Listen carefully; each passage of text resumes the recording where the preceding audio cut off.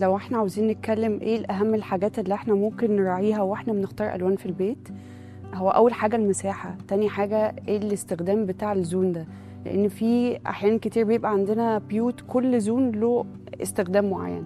يعني الريسبشن مثلا لو احنا عايزينه لاكجري عشان ضيوف، عشان في ديزاين معين بيكون ألوان معينة معاه على حسب الديزاين وعلى حسب الماتيريال التانية الموجودة في المكان. الليفنج اريا لازم تكون وارم وكوزي علشان اقدر اقعد فيها فتره طويله.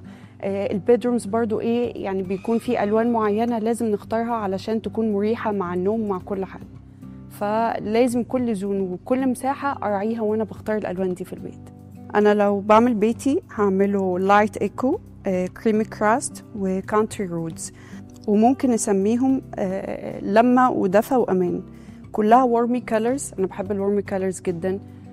وأنا بالنسبة لي البيت هو الحاجة لمة العيلة، الدفى. احنا في مصر طبيعة الجو عندنا شمس بتدخل بتدفي البيت، لمة العيلة، ريحة يعني ريحة الأكل في البيت، كل ده بتدي إحساس الدفى واللمة والأمان بتاع العيلة.